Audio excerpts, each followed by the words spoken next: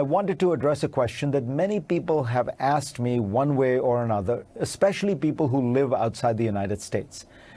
The question is simple.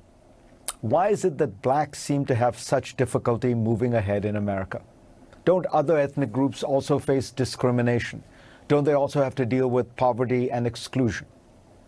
This came to mind recently when I watched a short clip of Martin Luther King being asked that very question during a television interview in 1967. In 2 minutes, he brilliantly and eloquently answered the question. He explained that blacks are unique in being the only ethnic group that was brought to America involuntarily in chains. They labored as slaves until finally in 1865 they were freed.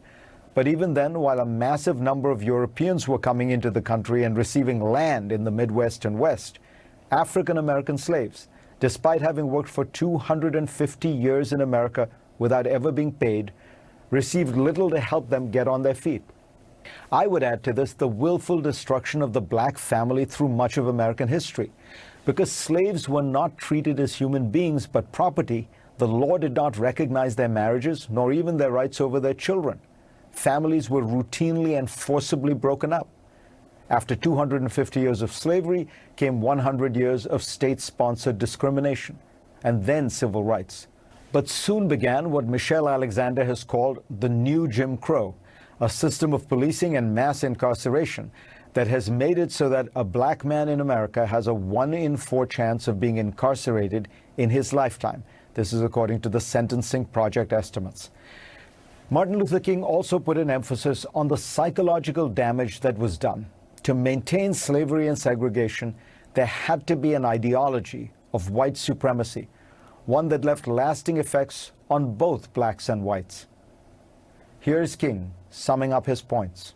Emancipation for the Negro was really freedom to hunger. It was freedom to the winds and rains of heaven. It was freedom without food to eat or land to cultivate, and therefore it was freedom and famine at the same time.